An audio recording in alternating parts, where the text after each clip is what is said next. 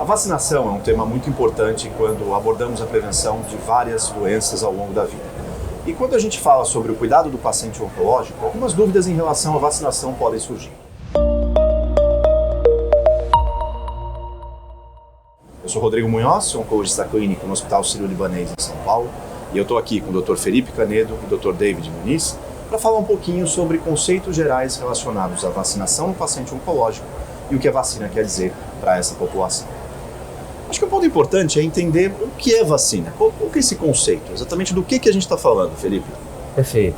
Eu acho que é fundamental entender que, assim, vacinas são substâncias fabricadas para estimular o sistema imunológico da pessoa a responder de maneira mais eficaz e mais rápida quando exposto a alguma doença, sejam doenças infecciosas, eventualmente até mesmo a própria doença oncológica. David, ao longo da nossa vida, o que a gente pode esperar de uma vacina? Que benefício ela pode nos trazer, pensando nos diferentes tipos de vacina que existem hoje? Perfeito. Então, as vacinas são estratégias de prevenção de doenças e, eventualmente, para tratamento de algumas doenças que são usadas desde antes da pessoa nascer, né? A gente tem vacinas que são recomendadas para as mulheres que estão gestantes, vacinas que são indicadas para ao nascimento, ao longo da vida, né, na infância, e também para as pessoas mais idosas existem recomendações específicas para a prevenção de uma série de doenças. Então, existem diretrizes que recomendam para cada faixa etária, para cada grupo, um cronograma de aplicações desse tipo de terapia, né? E os pacientes que estão sob tratamento oncológico também existem algumas recomendações específicas para a prevenção de uma série de doenças ao longo do tratamento e no seu acompanhamento. Eu acho que esse é um ponto importante, tentar separar um pouquinho essas caixinhas dentro do guarda-chuva das vacinas. As vacinas que a gente vai discutir mais ao final desse bate-papo são aquelas vacinas para prevenir infecções, e aí com ênfase no paciente oncológico. Mas nós temos também as vacinas que podem prevenir o câncer e as vacinas para tratar o câncer. E falando um pouquinho das vacinas para prevenir o câncer, o que a gente tem hoje disponível? Eu acho que hoje, principalmente, nós temos dois grupos de vacinas que vão prevenir o câncer a partir do momento em que elas previnem também ou ajudam no combate a infecções que podem levar a câncer, né? Então nós temos vacina, por exemplo, para hepatite B, que é uma vacina já amplamente realizada no país há muitos anos, no calendário vacinal de todas as faixas etárias, e que leva a imunidade contra esse vírus, que é um vírus que tem predileção pelo fígado, né, e que pode causar ali câncer de fígado. Então, ao se vacinar e ao estar imune a esse vírus, você evita uma infecção e, por conseguinte, o câncer, né? Lembrar que essa vacina de hepatite B, ela é feita em 3 doses e algumas pessoas podem não ficar imunes mesmo após as 3 doses. Nesse contexto é importante se fazer o teste no sangue para ver se você está imune ou não. E se não estiver, é possível revacinar essa pessoa para que ela aí tenha mais chance de se imunizar mais uma vez. Além disso, a gente tem as vacinas para HPV. As vacinas para HPV visam a prevenir infecções e lesões causadas pelo vírus HPV, que é um vírus que tem principalmente predileção por atacar o colo do útero e também estruturas da garganta, da orofaringe, e causar câncer nessas duas regiões.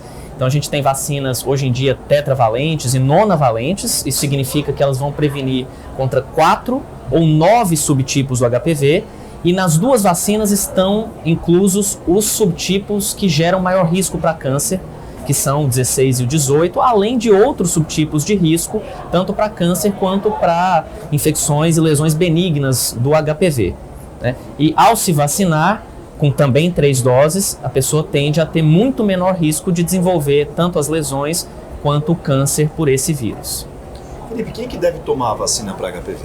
A vacina para HPV está indicada, na verdade, de uma faixa etária de 9 até 45 anos. Lembrando que ela está principalmente indicada para pessoas mais jovens, ali de 9 a 14 anos, na adolescência, que não tiveram ainda contato com o vírus HPV, que é um vírus geralmente introduzido por contato sexual, né? Mas ela também está indicada para pessoas que já tiveram uma iniciação na vida sexual, porque a gente sabe que existem vários subtipos de HPV e nem sempre o indivíduo vai ter contato só com um subtipo, e a vacina pode prevenir a infecção por vários subtipos e até mesmo amenizar os efeitos, mesmo que ele já tenha tido contato com aquele vírus. Então, entre 9 e 45 anos é uma indicação formal, mas a gente discute vacinar pacientes mesmo fora dessa faixa etária, caso a caso, justamente pensando na prevenção de novas infecções ou numa resposta melhor a mesmo aquelas infecções já instaladas. A gente falou um pouquinho sobre as vacinas que previnem infecções virais que causam câncer. Mas, David, por que não tem uma vacina contra o câncer? Uma vacina que trate o câncer? É uma doença só? Exato. A palavra câncer, na verdade, é um nome para centenas de doenças completamente diferentes que a gente tem conseguido entender, que não é, às vezes, só o órgão onde aquilo surgiu. Às vezes, mesmo dentro de um próprio órgão, no câncer de mama, câncer de próstata, existem doenças diferentes. E por isso que uma estratégia da gente ativar o sistema imunológico para conseguir um efeito terapêutico para tratamento, é difícil a gente conseguir algo que funcione para tudo. Existem estratégias, como o Felipe bem colocou, de prevenção, né? Vacina de hepatite B para câncer de fígado, vacina para HPV para cânceres relacionados a HPV de diversos órgãos. Então, para prevenção, a gente tem estratégias muito bem estabelecidas. Em alguns países a gente está vendo até erradicação de câncer de colo de útero relacionado a HPV. E então a gente espera que isso aconteça também no nosso país, com a ampliação da cobertura desse tipo de vacina. Mas existem estratégias que estão em estudo, que são maneiras da gente, através de uma parte do tumor do paciente, a gente tentar ativar ali o sistema imunológico, usando, por exemplo, técnicas que a gente viu que ficaram bem conhecidas, com técnicas do RNA mensageiro, RNA recombinante. Então, existem estratégias de biologia molecular que estão permitindo que a gente utilize isso que a gente viu lá para a prevenção do Covid, para desenvolver ferramentas para prevenir e tratar o câncer. A gente participou de estudos de câncer de pele, melanoma, tanto para tratamento dos pacientes que já têm uma doença avançada, utilizando fragmentos do tumor para tentar otimizar as imunoterapias que a gente já tem disponível, e também estudos com tratamento preventivo, né? E a gente aguarda os dados preliminares, né, dos estudos menores, são muito animadores, e a gente espera que essa estratégia venha a ser utilizada no futuro cada vez mais sucesso. Essas vacinas de RNA mensageiro, você faz com base no tumor e aplica em todo mundo, ou ela serve só para aquele paciente que teve o câncer? Uma das técnicas que a gente tem hoje, ela é específica para aquele tumor daquele paciente, né? Que são, cada paciente tem o seu próprio código genético, o seu tumor tem as suas alterações bem individuais, né? Então, hoje a técnica é tentar um tratamento individual baseado naquele tipo de tumor. A gente deve ter estratégias mais amplas, né? Mas atualmente a gente consegue usar o tumor do paciente para tentar ativar o sistema imunológico para prevenção e eventualmente tratamento da doença. Ou seja, são vacinas individualizadas, preparadas a partir do tumor do indivíduo para aquele indivíduo. E tudo isso vem sendo desenvolvido, ainda não faz parte do nosso dia a dia, mas as expectativas de fato para os anos por vir são bastante altas. Você citou melanoma, mas acho que tem inúmeros outros tumores para os quais a gente poderia aplicar eventualmente esse modelo, a mesma tecnologia.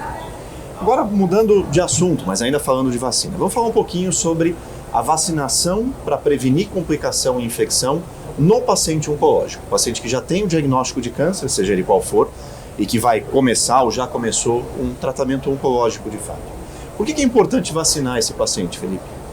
Eu acho que assim, principalmente o que a gente tem que pensar o paciente oncológico, ele pode ter uma diminuição da sua imunidade, que pode estar imunodeprimido, tanto pelo próprio tumor, quanto muitas vezes também pelo tratamento.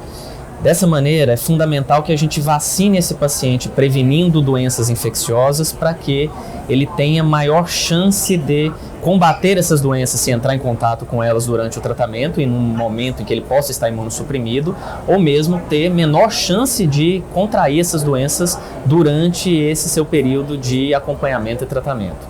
Nesse sentido, é fundamental a gente pensar em vaciná-lo sempre contra as principais doenças infecciosas e com as vacinas gerais para a população, né, durante o tratamento, mas também é importante lembrar que se ele vai ter um sistema imunológico talvez um pouco menos responsivo ao longo do tratamento oncológico, sempre que possível, é interessante aplicar as vacinas principais, dependendo da faixa etária em que ele se encontra, ali, as vacinas recomendadas, antes mesmo dele começar um tratamento, 2 a 4 semanas antes, para que ele tenha maior chance ali naquele período, antes de ter um sistema imunológico suprimido, de desenvolver imunidade contra aquelas doenças.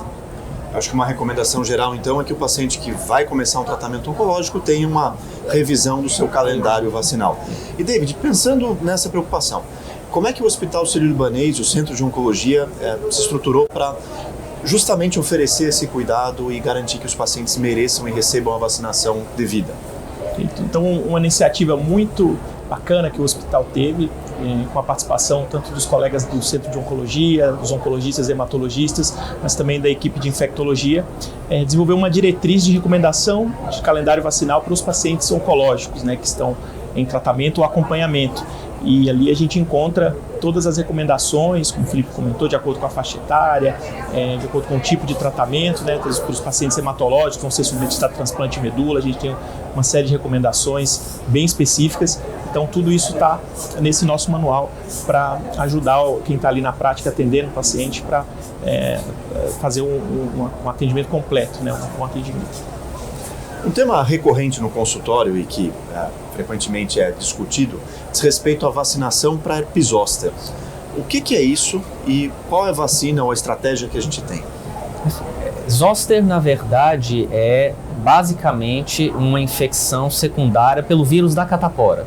É um vírus com o qual a maioria das pessoas já entrou em contato ao longo da vida em algum momento e que tende a ficar alojado no organismo de maneira crônica. E ele, em geral, não consegue ser erradicado do corpo e fica ali e pode se reativar em algum momento da vida, sobretudo em momentos em que a imunidade da pessoa esteja menor, né? E essas infecções por herpes zoster se dão geralmente com lesões de pele, com muita dor e muito desconforto para o paciente, né? Até pouco tempo atrás, a vacina que nós tínhamos disponível para prevenir complicações dessas infecções era uma vacina com o vírus vivo, de maneira atenuada, mas vivo, e que não podia ser aplicada no paciente oncológico em geral, porque geralmente a gente não gosta de aplicar vacinas de vírus vivo em pacientes que estão com a imunidade deprimida pelo risco de uma exacerbação ou infecção daquele vírus. Agora nós temos uma vacina, né, que é uma vacina recombinante, com essas tecnologias novas e que foram bastante exploradas durante a Covid, por exemplo, e que é uma vacina que não causa esse risco, portanto pode ser dada ao paciente oncológico mesmo em tratamento e que, apesar de não ajudar a pessoa necessariamente a não contrair infecção, porque a maioria de nós já tem o vírus no nosso corpo, ela vai certamente ajudar a reduzir a chance de uma infecção mais grave e que com uma dor maior, que é a complicação principal desse tipo de infecção. E vai tentar dar àquela pessoa maior chance de não desenvolver o zoster durante o tratamento ou, caso desenvolver uma forma mais leve. E apesar da nossa preocupação com a vacinação, existem algumas vacinas que não devem ser feitas no paciente oncológico. David, que vacinas são essas e por que ela não pode ser feita no paciente oncológico? O Felipe já até começou a introduzir.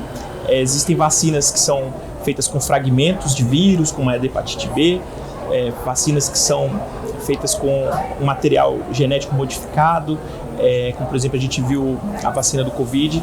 Essas em geral não tem nenhuma contraindicação para serem aplicadas em quem está sendo submetido a algum tratamento que o deixa mais vulnerável a infecções, que a gente chama de imunossuprimido. Mas existem vacinas que são formas mais leves ou atenuadas de um vírus vivo, que existe a possibilidade de alguém mais vulnerável causar um efeito colateral mais grave ou uma infecção semelhante ao que seria a doença, né? Então, por exemplo, a gente tem uma vacina de vírus vivo para poliomielite, que a gente usa em crianças. Temos a vacina para varicela, sarampo, tem uma de varicela, né, da catapora, que é de vírus vivo, hoje a gente já tem uma mais moderna, mas temos a vacina que é muito usada de sarampo, rubéola e cachumba, que também é feita com vírus vivo, de febre amarela, que alguns estados têm essa recomendação. Então, essas que têm o vírus vivo, elas não podem ser administradas nos pacientes que estão sob tratamento que diminui a sua imunidade, pelo risco de maiores efeitos colaterais. E Felipe, sobre quem está em volta do paciente oncológico, que tem contato com ele, existe alguma recomendação específica sobre vacinação, eventualmente dos familiares ou daqueles que estão em contato próximo?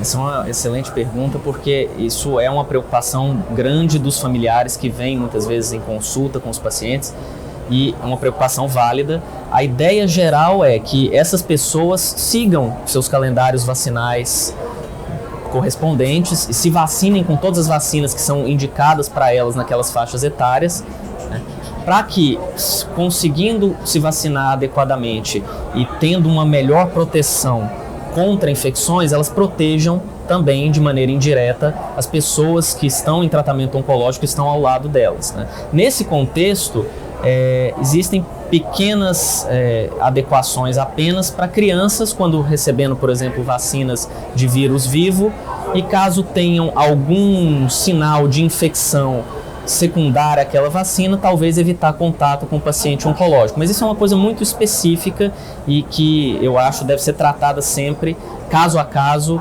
com o médico do paciente e o médico que acompanha também essas pessoas que estão próximas do paciente oncológico. Mas, em regra, a recomendação geral é manter a vacinação sempre, conforme as diretrizes gerais, para que tenha-se menos chance de se contrair uma doença que possa ser transmitida ao paciente oncológico que está do lado dela.